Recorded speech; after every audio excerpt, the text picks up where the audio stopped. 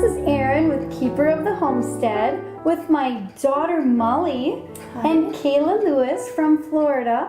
We thought we would do a special today for you featuring some young ladies that are unmarried and to answer some of those kind of questions that young unmarried ladies have and give you some encouragement. So grab yourself a cup of tea and join us as we discuss all kinds of fun, exciting things that young girls like to talk about. Yes. So here, let's get started. Got some tea. I'll pour some tea for Molly. Thank you. All right. And for Kayla. Thank you. Are you girls tea drinkers? Oh yes, big time. Love tea. Aw. Are you coffee drinkers? Do any of you drink coffee? No. Wow, we don't have any coffee drinkers here. Wow, we fit in really well around here. I'm going to do the plate.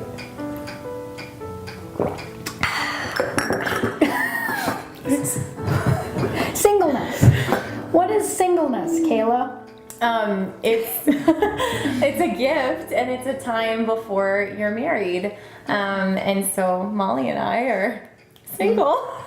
So you're like in the singleness stage. So what does that mean for young ladies when they're just, okay, so singleness would be more in the adulthood, right? Yes. So once you come of age, you're an adult, you're done with your homeschooling, you've graduated, then you enter into a new phase, which is called single. Right. Single years? The single years. The single years. Yes. It's like the golden years. The golden years. But not. So what are some things that single young ladies can do with their life? Like, do they just need to you think, we got to get a guy, we've got to go get married, and all this? No? No. I think that singleness is a gift. And even Paul talks about that, in the Bible, how in some ways it'd be better for you to be single because you're able to be sold out for the Lord. Right. And so I think singleness is a time where you can be doing ministry and you can fully just be sold out for what the Lord wants you to do. Yeah. And there's so many things that you can do in those years, not just the typical go to college, get a degree, have a career. That's not a bad thing, but there's many other things that you can do like that isn't just that. So yeah. Well, let's talk about some of these things. Molly, what are you doing right now in your singleness years? I'm having a good time. Tell us what you're doing. Growing in the Lord, working, saving, just things like that. What's the latest thing you've done? You got this job. Tell them about your job that you have. It's a beautiful, perfect job for a single young lady. Well, I take care of 2 elderly people, and What do you all do? Like, what do you do for your job? I do their laundry, feed them, just anything they need, because they're, they can't do everything they used to be able to do. Mm-hmm. Yeah, so I know that they so appreciate you. They always talk about how they love Molly.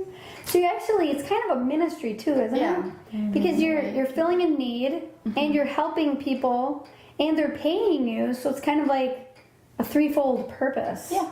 And you're learning how to actually run a household too in the same time, which is really cool.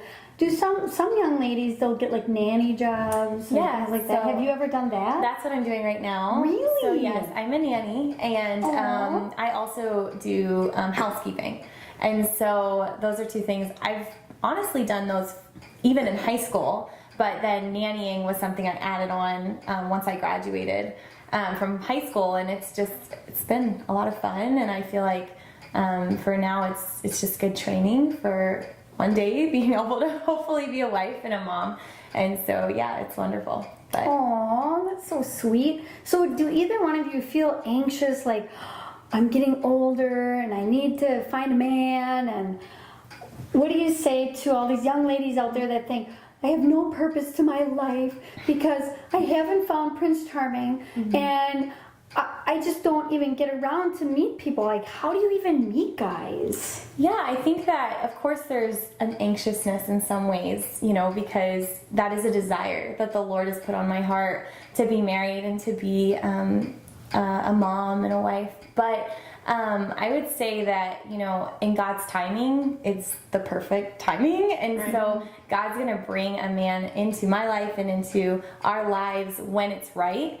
But for meeting people, I think that when you're serving the Lord and you're in ministry and you're doing what the Lord wants you to do, that's when you meet people. If you're just sitting around at home, twiddling your thumbs Pining and pining away. Yes. I don't even think you guys pine away. No. Because you're so busy serving the Lord and having fun that you're not pining away. You're just waiting for the Lord to provide that special one in your life. Yeah. Exactly. And Molly's never even had a boyfriend yet.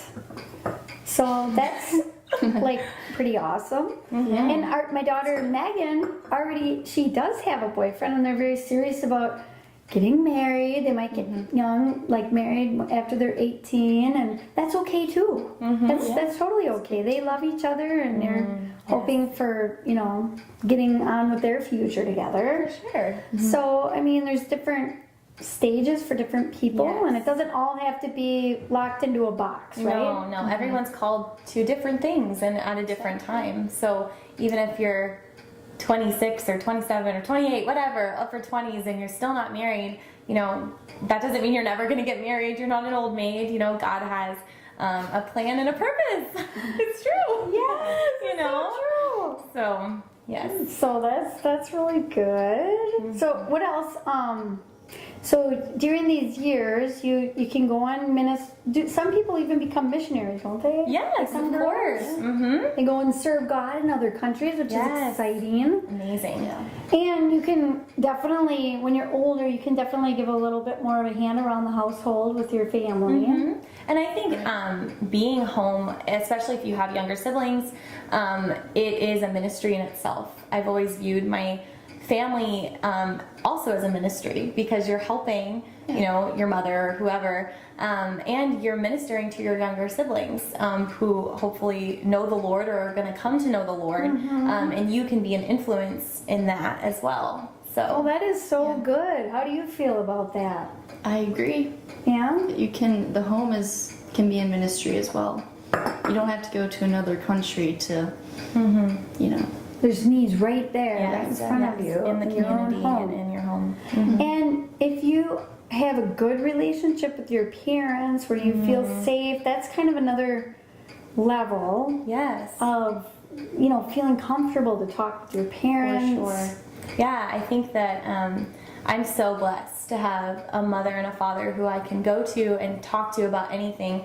And I think it's really important that parents and their children have an open conversation and relationship that kids feel like they can go to their parents with anything, and don't feel like they're going to be judged or going to be condemned, but can have that open conversation so that they're not going to other things and other resources for their information, like nowadays with the internet and social media and even friends. It's important that I think parents have that say in their kids' lives and are able to have that open conversation. Yeah, how do you feel about that? I agree. Yeah, and this is my daughter, so I think we have a really good relationship. Yeah, we do. And she feels comfortable to come to me with anything. One of the things that I wanted to share with all of you moms out there, some of you have ran into different parenting strategies that you've learned along the way that are great and everything, but sometimes they promote this idea that it's really bad, like it's a bad behavior for children to tattle.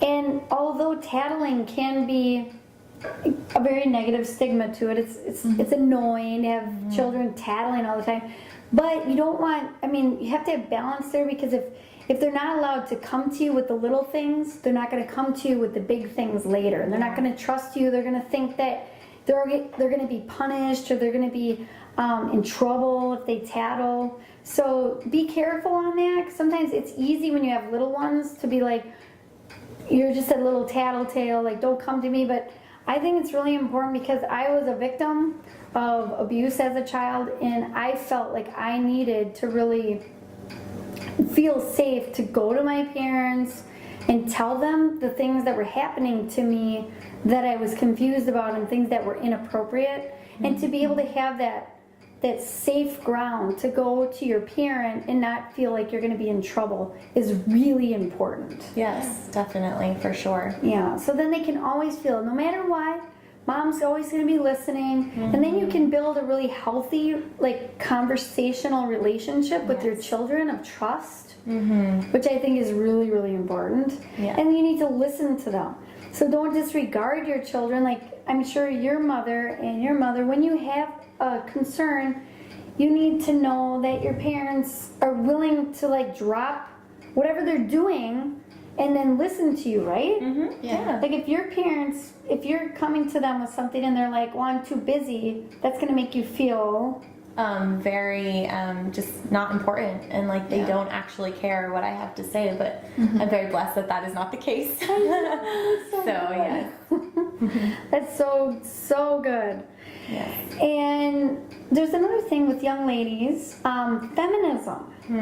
Yeah. So that's a big thing that you hear in the news and on social media. It's all over, like women's rights and things like that. Now, I am a Christian. These girls are Christians, and we are actually really big into being a woman of God, and there's strength in that. There's nothing like putting us down. Yes. Like, how do you feel about strength as a woman? Do you feel like you're subdued or overlooked in society or anything like that? No, if anything, I feel like the Lord empowers me to be a strong woman. I don't think being a strong woman is what these modern feminists are doing, is marching and wearing these just gross, crude images and speaking in the way that's very unladylike. I think that femininity is strength. Not feminism, femininity, and being feminine and embracing that is very important to the Lord, but also just as a woman, I want to embrace the calling that the Lord has on my life as a woman, and I think strength is found in the Lord and not in all these modern "I am woman, hear me roar" kind of mantras. So, and I mean, unfortunately, feminism has kind of encompassed things like abortion, and that is something that I think that if you say, well, I'm a Christian feminist or something like that, you kind of can get the wrong idea, because unfortunately feminism, the word for that nowadays, the connotations that go along with that include things like abortion and reproductive rights and all that stuff, and I just think I would never want to be associated with that, because I want to be known as a child of the King, of Jesus. And so, yeah. Like royalty. Royalty, right? that's what we are, you know? Yes. Like, I feel so empowered to be a woman. I feel like I'm like a queen of my home, and my husband treats me like a queen, and we have such a wonderful marriage, and I want that for everybody. Now, I know there are a lot of different cultures around the world where men really kind of treat women as a lesser individual, but in Christianity, the Bible teaches that the husband is supposed to love the wife like he loves his own body. So it's like really like the golden rule. So he's supposed to treat her the way he would want to be treated. So if a guy doesn't like to be treated like with ridicule or scorn or being told what to do all the time, then in turn he wouldn't want to treat his wife like that. He would want to give her the respect that God gives to women. I mean, if some of you that are watching this might not even be aware that the Bible talks about the Proverbs 31 woman and it praises her. And she's like a very entrepreneurial woman. She's industrious. Yes. She makes money. She is not some wimpy, like underachiever. She's like a high achiever. And she's kind of like somebody that people like look around and like, wow, she is amazing. She runs her household well. She's good to her. She even has servants, and she like is good to them, and she's good to her husband, and she doesn't like talk bad about him, you know. Right. So I mean, that is like feminism of the Bible is empowering. It's not like we're being put down at all, No. I mean, how do you feel, Molly? I think that women and men, they have different strengths, and that doesn't mean that it's unequal. Like, women, it talks about it in Proverbs 31, like what you were just saying, all the different strengths that women can have, and yeah. Does it make you feel empowered as a woman? Yeah, definitely. Like you can do, like I've never heard you say, well, I can't do that because I'm a woman. You've always Unless felt I'm like, joking. yeah. Right. But I mean, I've tried to raise my daughters to be women of character and integrity and to reach their dreams and their goals. Like we've never tried to make you feel like you were less of an individual just because you were a woman. And I don't think the Bible teaches that at all. No. It doesn't. And real submission, like when the Bible talks about a wife submitting to her husband, it does say that, but submission is kind of like a joyful action. It's like respect. it's a respect. It's like you honor that person, just like you would want to honor a king or a queen. But then it goes back to the husband right away, and it says he should love his wife, just like Jesus Christ loved his wife and gave himself up for her, and he cherishes and nurtures her body like as if it's his own. So I mean, it doesn't just stop there. It doesn't say. And a lot of people, I've met more Christian women than not that have a marriage that's failing because their husband treats them like, well, you have to submit to me. And my husband would even say, that's horrible, that's so wrong. Yeah. Like the husband is like actually doing wrong to act like that, because submission isn't obedience. Submission is like a joyful act of benevolence to another human being. You know, like honoring them. Like I honor any guest that comes into my home. Do you feel like I've honored you? Yes, definitely. Just honoring people. There's nothing subservient about that. No. Or belittling about that. Yes. It's actually a really good thing.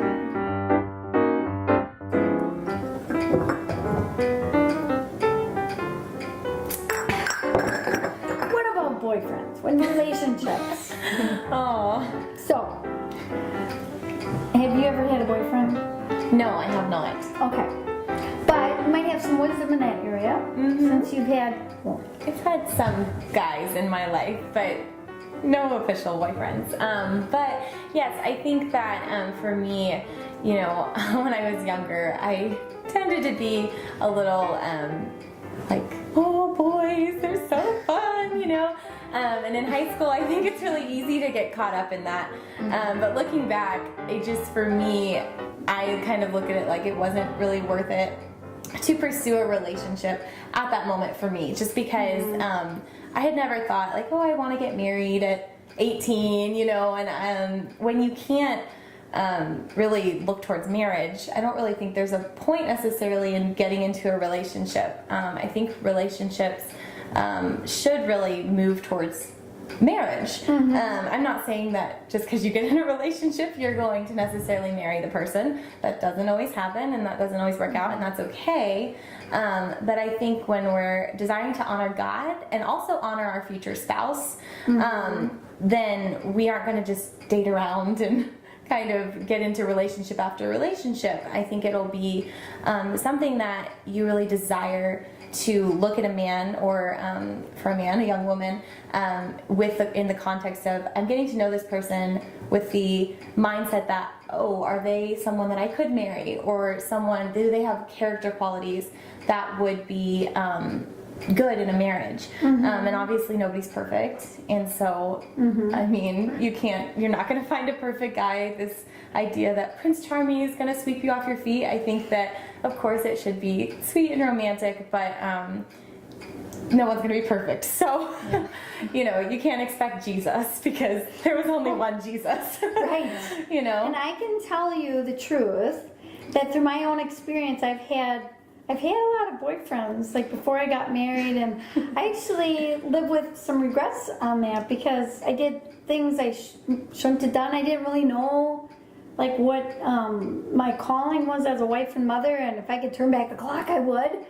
But it doesn't mean that it's over for me either. Because once I knew the right path and I got on it, God forgave me and He gave me a new beginning.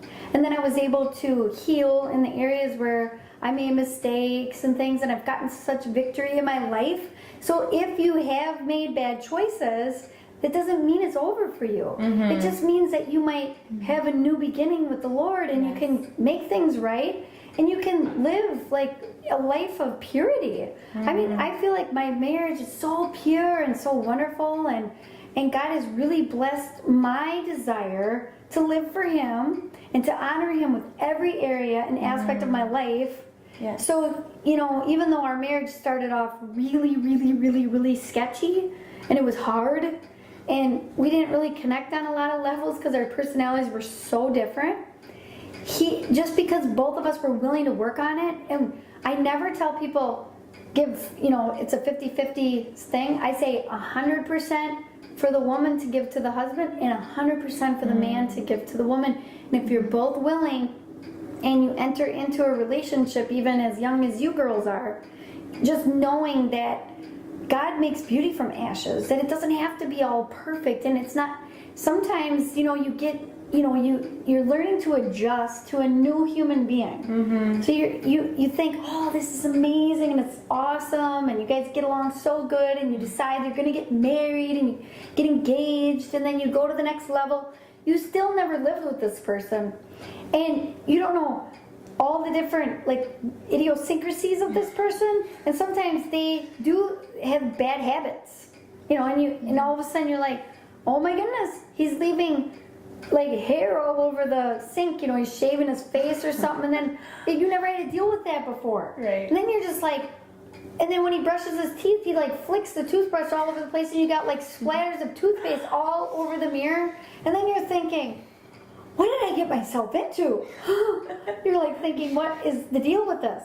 But you never lived with that person, so it's like in a relationship you have to start learning how to adjust and compromise, and sometimes you have to say, well, that's a battle I don't want to fight. It's not even that big of a deal. The hair and the toothpaste all over the place, it's not that big of a deal, but some people make it an issue, and it's the little foxes that spoil the vine, and then there's other things they don't like and other things, and it snowballs, and that's where marriages usually don't start off in ruin from a little thing like that. They don't ruin over something dumb or trivial. It's those little things that creep in the beginning, and you don't deal with them, and you don't decide. You have to make decisions to fight for your marriage. You have to make decisions to say, those are little things, and really I have this man who's protecting me, and I just love him, and he's so sweet to me. So you have to make the choice not to let those little things bother you. Yeah, and I think when preparing for marriage, you can kind of practice that with your own family. Yeah. If your siblings or your parents do things that bother you, which they will, because that's part of living in a home, not allowing those little things to kind of ruin your relationship with your family is a good prep for marriage, because like you said, there's going to be things that we probably don't even know that we'll find out when we get married, and they can cause issues in a marriage when there don't need to be issues. And so I think practicing that now with siblings and with parents is important to do for young women and young men as well, for sure. So absolutely. Yes. And you have to be willing to be wrong sometimes. You don't always have to be right. You don't always have to have your way. Right. Some women, they want to have their way all the time. I don't know, maybe they were raised in a child-centered home where they got their way all the time. Then they get in marriage, then they're thinking, oh, well, I want to do what I want to do. But it doesn't work that way. When you enter into that marriage relationship, it's a joint effort, and you have to be on the same page with each other on everything. Every decision has to be made together, and it shouldn't be just one person's decision. It should be, you pray about it, you talk about it, you decide things together, and it's a beautiful thing. So good. Yeah. Right. Molly? Yeah. on boys, relationships? Anything you want to say or ask questions about, or? I've never been in a relationship, so I don't really have much advice. Do you ever see? Do you have any examples of things you've seen that you worry about, like with other people that you've seen, like different? I mean, I think that you shouldn't let the little things make you unhappy. You should be content and figure things out together, like you were saying. And yeah. Well, that's good. And then what about when the young couple gets married, say? So now what if the guy and the girl have like extracurricular activities that they would like to just you know, do their, like, live their life like they did when they weren't married? Right. I mean, obviously I'm not married, so I don't know, but I do think that's something that I've talked about before, and I think it's really important that a couple spends time together, especially in those early years of marriage, and early months of marriage, but years as well.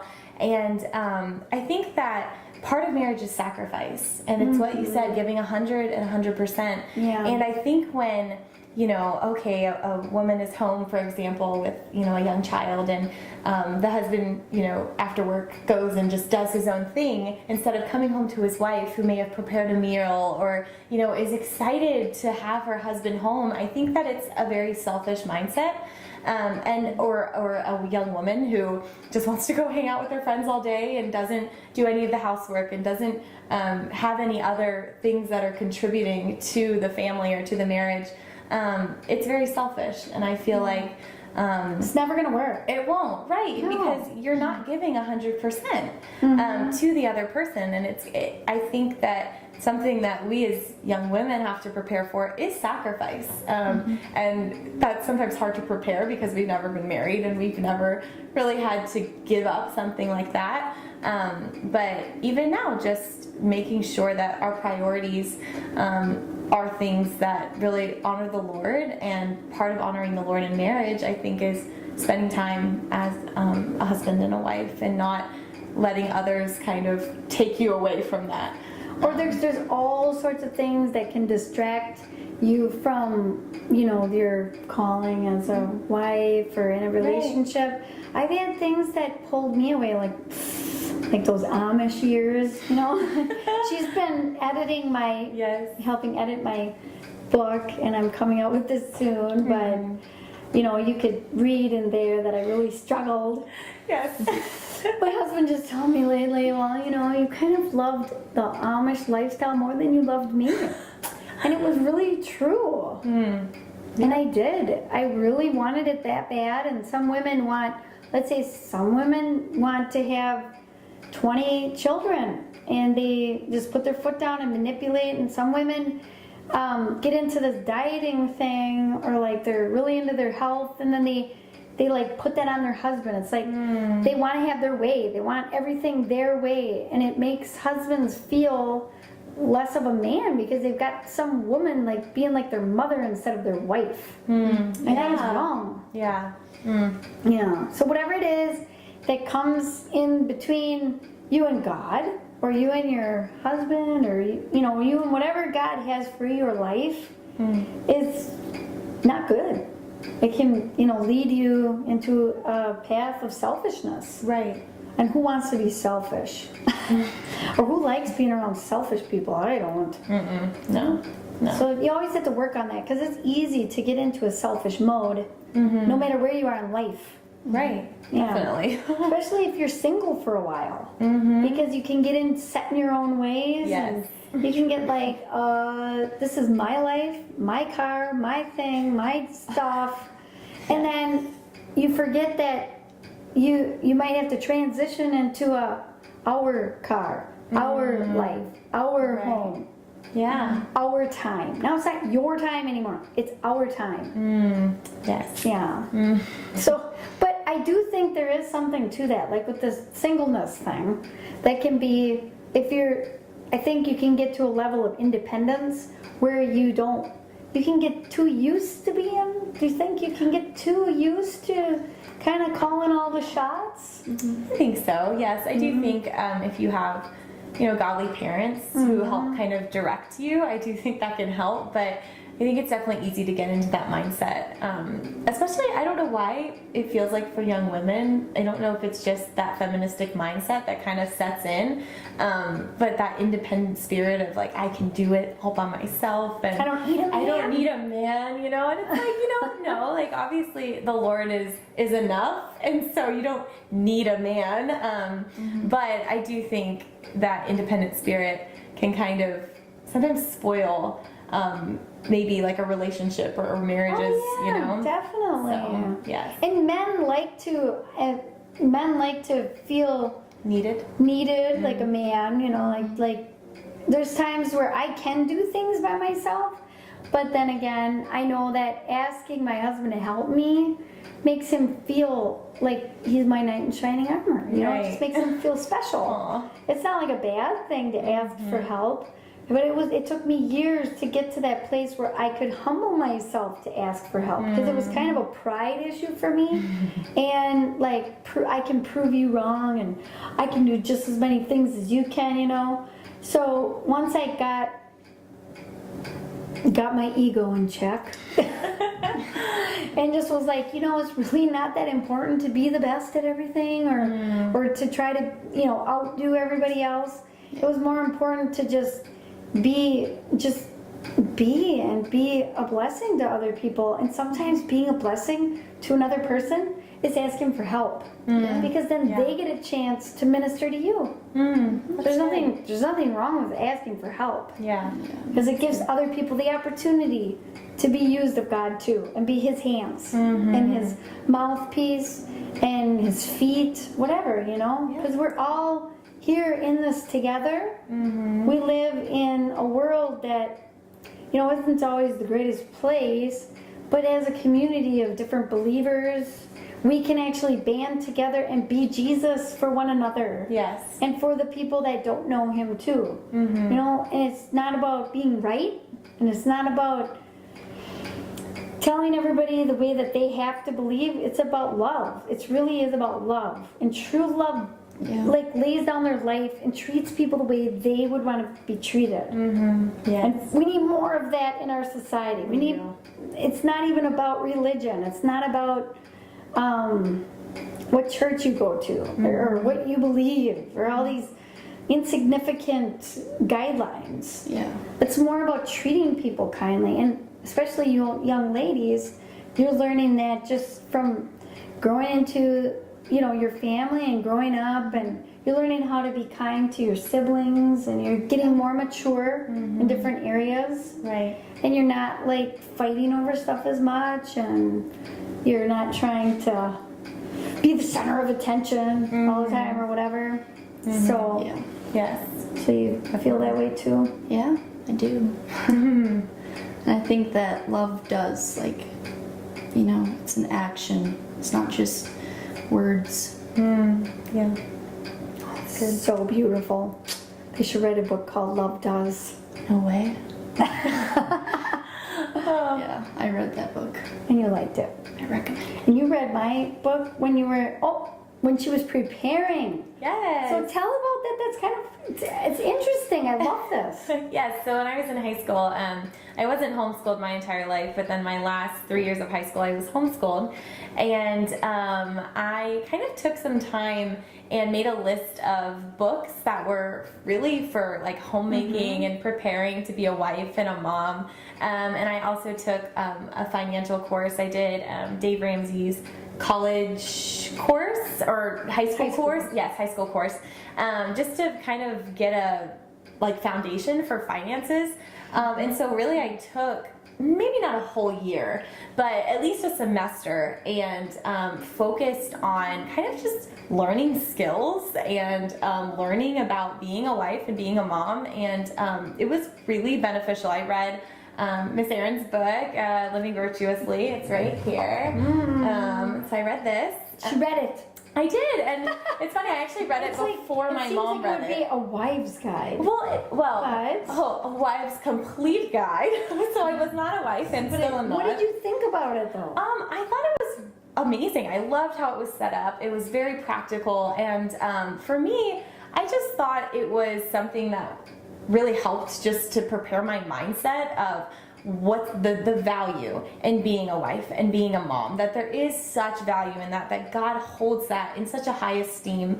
And so it was just really a blessing to be able to take time in my homeschooling to read those types of books and just learn skills. I mean, I learned kind of silly things like knitting and stuff like that. Oh, but that's fun. Not silly, it's fun. But also just cooking, and I have younger siblings, so with children I had kind of been prepared in that. But it was just a really nice time to be able to learn these skills that I really never was able to learn when I was in school because they don't teach them.